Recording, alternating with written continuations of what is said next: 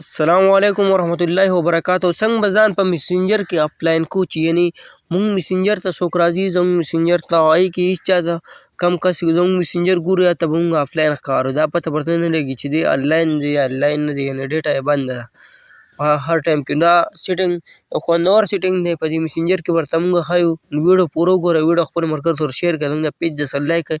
زموږ ویډیو که څوک په یوټیوب باندې ګوري په لومړي ځل ورته راغلي نو زموږ چینل ضرور سبسکرایب کړئ چې داسې معلوماتي ویډیوګانې تاسو ته په ټایم باندې دررسي. نو دوستانو فرسټ اف آل تاسو خپل میسنجر اوپن کړئ. چې میسنجر هم کله اوپن کړو میسنجر کې به دا 3 ډاټ درته ښکاري، په دې به تاسو کلیک کړئ. په دې هم کله کلیک کړو، دې نه بعد درته بره دا سیټنګ ښکاري، په دې سیټنګ باندې به کلیک کړئ. سیټنګ نه بعد به تاسو لږ لاندې راشئ، لږ لاندې چې کله رالی په دې کې نو په دې کې درته دا ایکټیو سټیټس ښکاري، په دې به تاسو کلیک کړئ.